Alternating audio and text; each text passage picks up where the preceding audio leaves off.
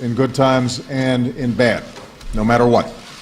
So on behalf of the American people, I want to once again express our deepest condolences to you and all of the people of France for the heinous attacks that took place in Paris. We're here today to declare that the United States and France stand united in total solidarity to deliver justice to these terrorists and those who sent them, and to defend our nations. In that spirit, with heavy but strong hearts, I welcome you here today. Francois, with your understanding, my statement today will be a little longer than usual. I've been traveling, and this is an important moment for our nations and for the world. This barbaric terrorist group, ISIL or Daesh, and its murderous ideology pose a serious threat to all of us. It cannot be tolerated, it must be destroyed, and we must do it together. This is the unity of purpose that brings us here today. On your visit here last year, you said that the French love America. Well, we love the French. Sometimes we Americans are too shy to say so, but we're not feeling shy today. We Americans love France because we dedicate ourselves to the same ideals, that all people deserve life, liberty, and the pursuit of happiness. France is our oldest ally. You helped us win our independence. We helped liberate France from fascism. We owe our freedom to each other. We love France for your spirit and your culture, your joie de vivre. Since the attacks, Americans have recalled their own visits to Paris, visiting the Eiffel Tower or walking along the Seine. We know these places. They're part of our memories, woven into the fabric of our lives and our culture. I am very grateful to the French people for the hospitality they've always shown me. And when they welcomed Michelle and our daughters on their first visit to the City of Lights. By my bed in the residence is a picture of me and Michelle in Luxembourg Gardens, kissing. Those are the memories we have of Paris. As early on, I had no gray hair. So when tragedy struck that evening, our hearts broke too. In that stadium and concert hall, in those restaurants and cafes, we see our own. In the faces of the French people, we see ourselves. And that's why so many Americans have embraced the blue, white, and red. And that's why Americans at candlelight vigils have joined together to sing the Marseillaise. We've never forgotten how the French people stood with us after 9/11, and today we stand with you. Nous sommes tous Français. It's been noted that the terrorists did not direct their attacks against the French government or military. Rather, they focused their violence on the very spirit of France, and by extension on all liberal democracies. This was an attack on our free and open societies, where people come together to celebrate and sing and compete, in targeting venues where people come together from around the world, killing citizens of nearly 20 countries, including America.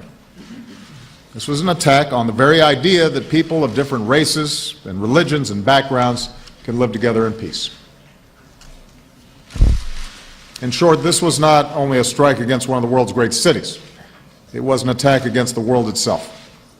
It's the same madness that has slaughtered the innocent from Nigeria to the Sinai, from Lebanon to Iraq. It is a scourge that threatens all of us. And that's why, for more than a year, the United States, France, and our coalition of some 65 nations have been united in one mission: to destroy these ISIL terrorists and defeat their vile ideology. Today, President Hollande and I reviewed our coalition's progress. More than 8,000 airstrikes, combined with local partners on the ground, have pushed ISIL back from territory in both Iraq and Syria. Today, President Hollande and I agreed that our nations must do even more together. U.S. assistance has supported recent French strikes in Syria, and we're going to keep stepping up that coordination. And as we saw with the attack in Mali, the terrorist threat goes beyond ISIL. This week I'll sign legislation to sustain our support, including airlift and intelligence, to allies like France as we work together to root out terrorist networks in Africa. We'll do even more to prevent attacks at home. Building on our recent intelligence agreement, the United States will continue to quickly share threat information with France.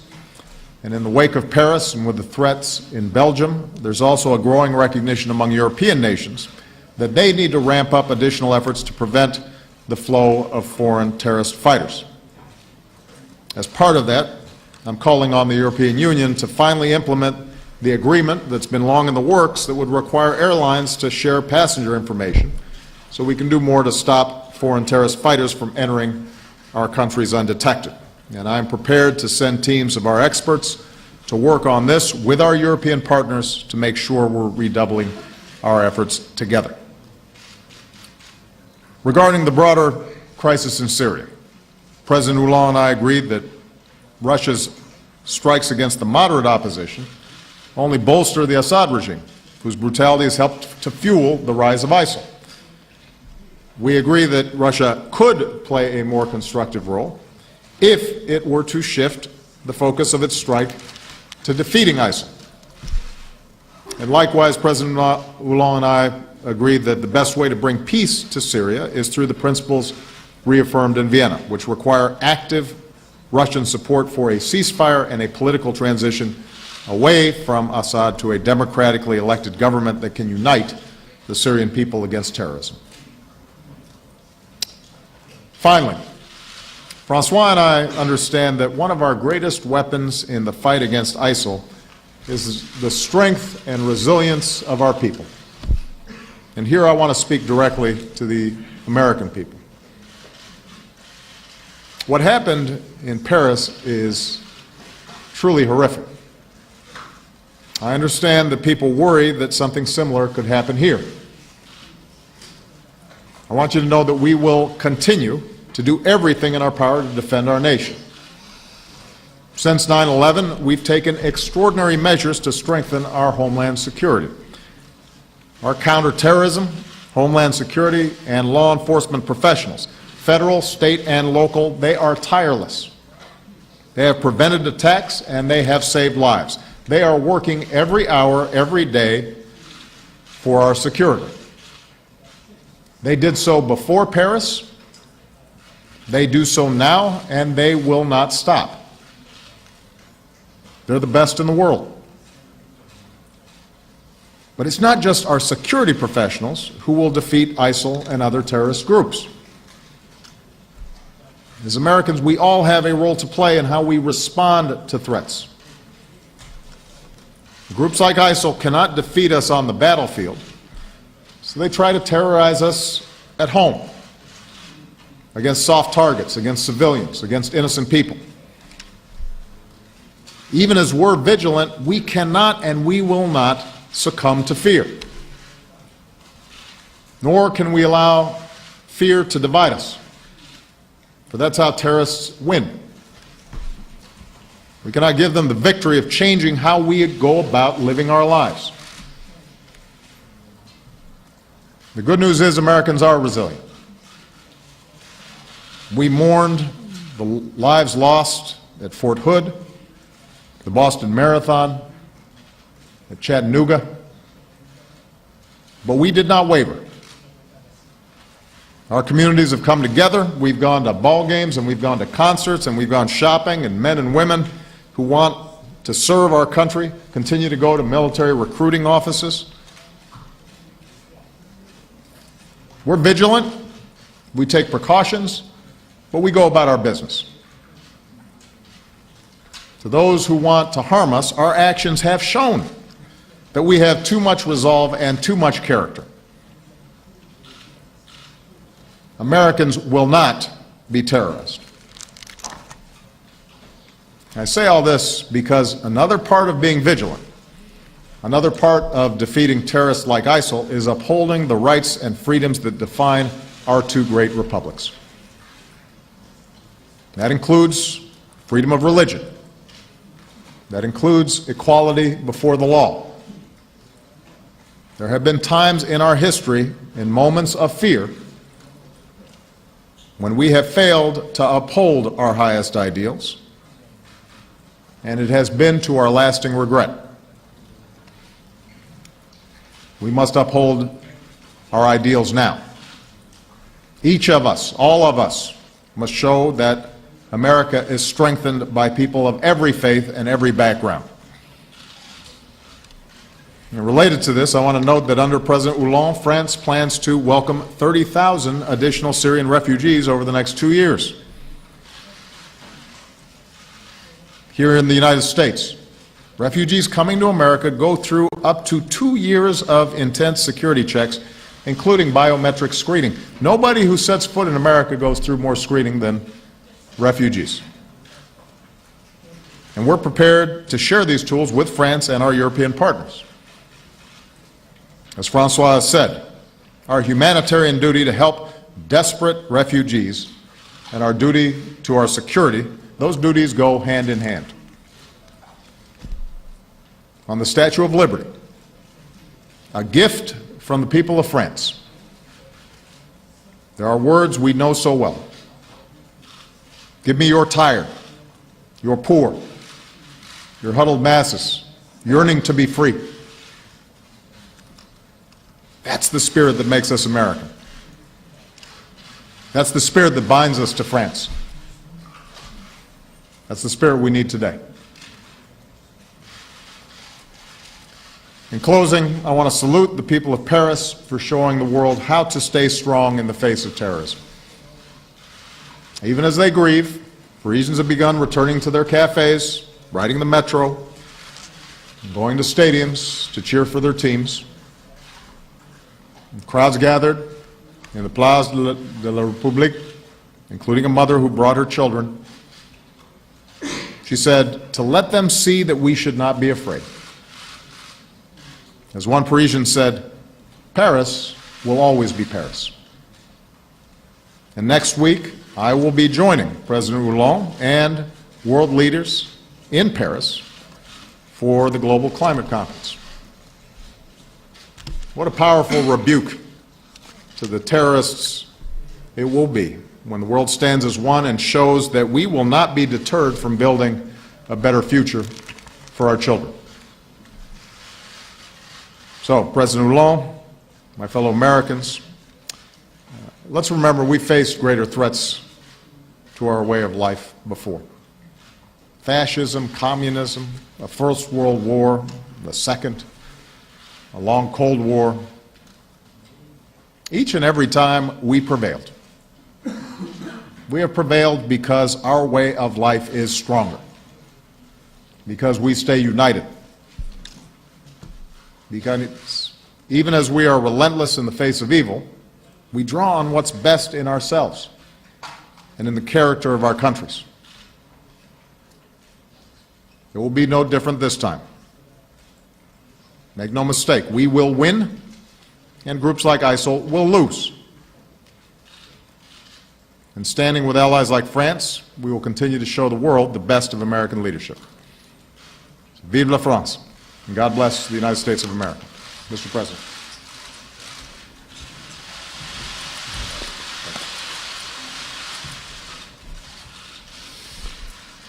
Mesdames, Messieurs, je veux d'abord remercier Ladies and le gentlemen, président des États-Unis. please allow me, first and foremost, to thank the President of the United States, Barack Obama, for the solidarity he has shown immediately as we found out about the terror attacks.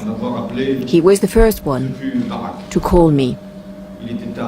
It was very late in France, 2 a.m., when Barack called. The President of the United States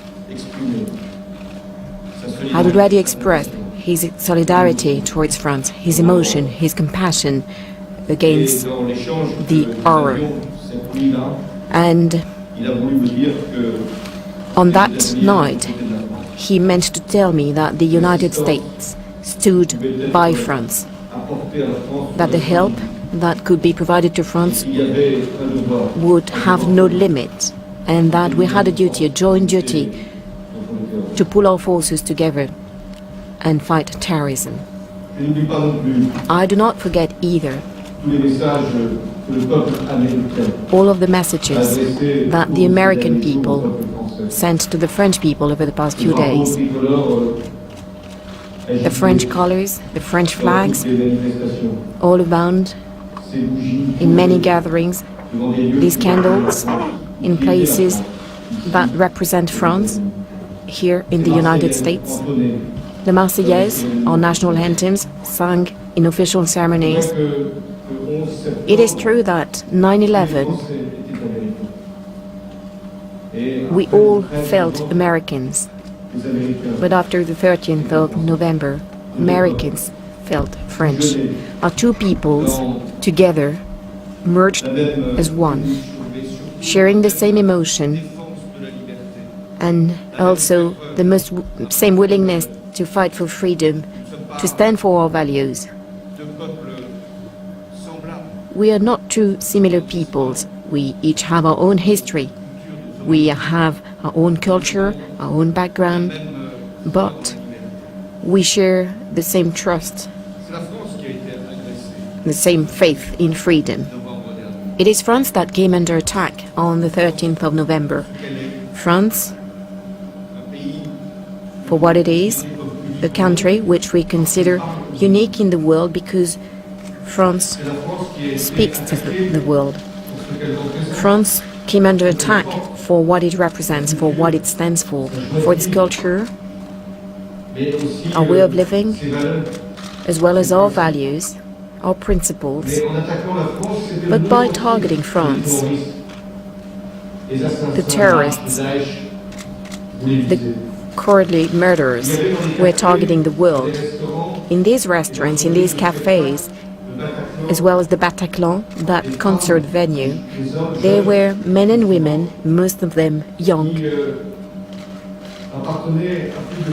who came from 20 countries, at least. And they shared the same passion for life, and that's the reason why they were murdered. My thoughts are with the friends and family of a young American student, Nohemi Gonzalez, who came as well to share a moment of culture and joy. My thoughts also go to this American band that was playing at the Bataclan. Our cultures on that occasion were together to bring the same enthusiasm, and they were hit by terrorists. We are facing a terror group which organizes itself on a territory. They have some substantial resources. They are striving on smuggling of oil, drug, human beings. And since the beginning of the year, they hit many countries: Denmark, Tunisia, Lebanon, Kuwait, Turkey, Egypt, as well as Russia, by taking down a Russian plane. So together with President Obama, today we wanted, on the occasion of that meeting, first of all to share our determination, relentless determination to fight terrorism everywhere and anywhere. We also meant to tell the world that we will not allow those who want to destroy what we've built. We will not allow them to do it, to destroy what we've built generation after generation. They will not be able to damage the world. And against Daesh, we need a joint response, an implacable joint response. France and the United States stand together to bring that joint response. Militarily, it is about destroying Daesh, no matter where they are. It is about taking out their financing, hunting down their leaders, dismantling their networks, and taking back the land they currently control. We therefore decided, President Obama and myself, to scale up our strikes both in Syria and in Iraq, to broaden their scope, to strengthen our intelligence sharing regarding the targets we must aim at. The priority is to take back key locations in the hands of Daesh in Syria. It is also a matter of urgency to close the border between Turkey and Syria and prevent terrorists from crossing the border and coming to Europe or other places and undertake such terrible attacks. We also took the decision to work together with our partners of the coalition in Iraq and to support all of those who are fighting Daesh on the ground. The aim is to make sure that these forces can be supported, helped by all the countries that are willing to act militarily to destroy Daesh. The resolution of the Security Council that was voted unanimously Friday, after being introduced by France and supported by the United States, this resolution provides us with the clear basis to act. This is what France is currently doing. Our aircraft carrier, the Charles de Gaulle, is currently in the east of the Mediterranean and allows us to enjoy more capability. Yesterday, for the sixth time after on what's going on in Iraq and Syria.